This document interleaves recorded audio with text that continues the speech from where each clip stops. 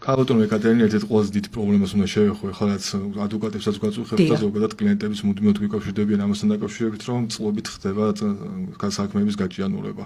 მესმის რომ ეს მარტო ქართული პრობლემა არ არის და სხვა ქვეყნებშიც მსგავსი პრაქტიკა არსებობს, მაგრამ რა შეიძლება ამ თვალსაზრისით, რომ უკეთესად განხორციელდეს და უფრო დაჩქარდეს პროცესების განხილვა სასამართლოებში. ისევ და ისევ რთული კითხვა, მაგრამ ძალიან მნიშვნელოვანი კითხვა საზოგადოებისთვის, იმიტომ რომ ამით დავიწყეთ ხომ, რომ დაგვიანებული მართლმსაჯულება აღარ არის მართლმსაჯულება. მოდით ვთქვათ, პირველად, როდესაც სასამართლო რეფორმა დაიწყო, შეიძლება რაღაც ციფრებში შევძდე, მაგრამ უმნიშვნელოდ. 99 წელს, 1999 წელს 345 მოსამართლე იყო საერთო სასამართლოების სისტემაში. რამდენი წელი გავიდა?